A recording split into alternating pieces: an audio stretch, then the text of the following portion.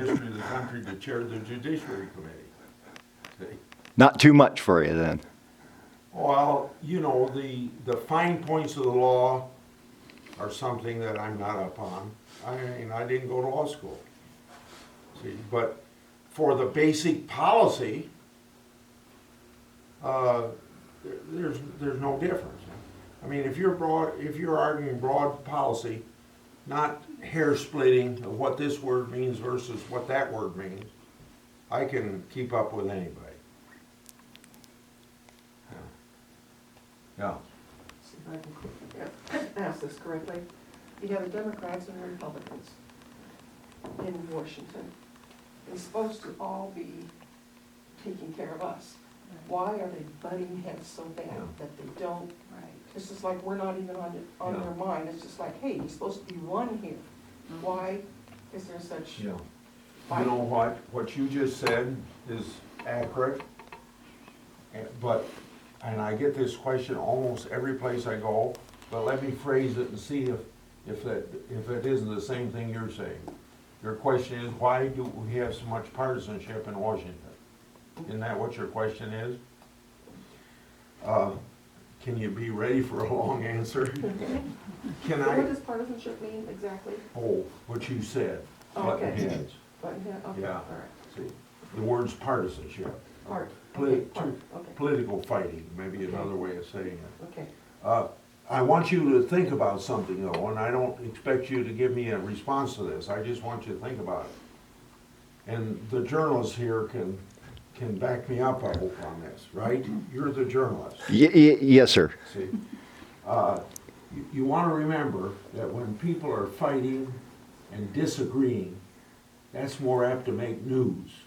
Controversy makes news. And if people are getting along, it doesn't hit the newspaper. So you get a little distorted picture of it. Is that fair to say? Yes, sir. Okay. Now, another thing is, if you go back at least 20 years, maybe 25 years, and a long time before that, you used to have conservative Democrats and liberal Democrats and conservative Republicans and liberal Republicans.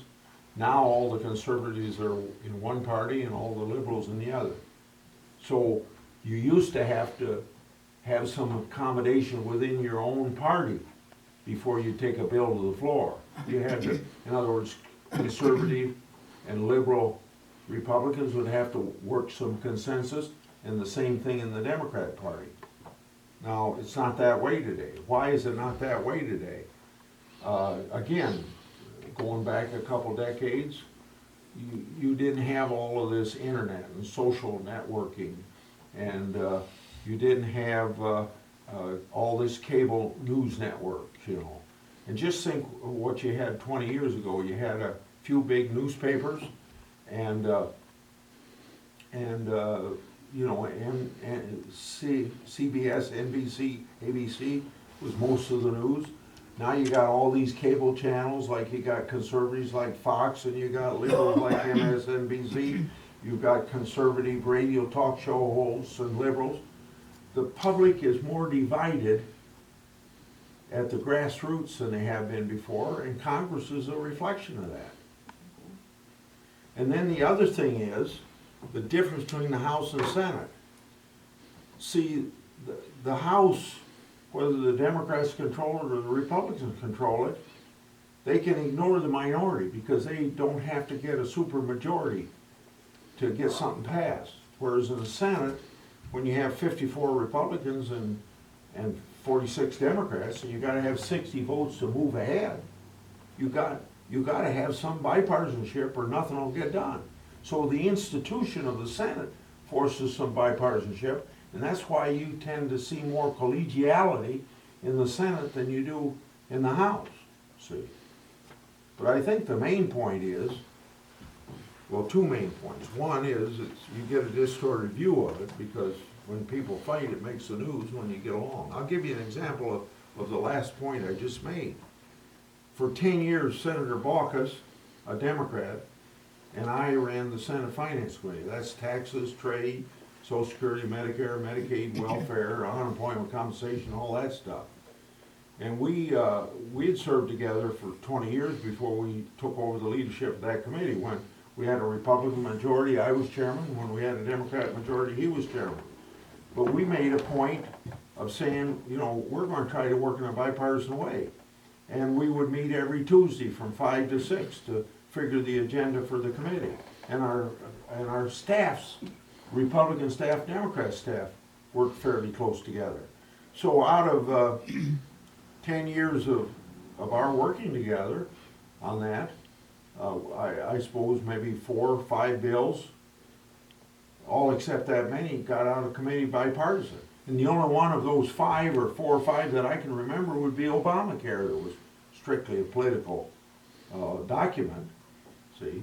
Because they had 60 votes and they could move ahead with it, see? Whereas, you know, Republicans had never had 60 votes in the United States Senate. And so I use that as an example.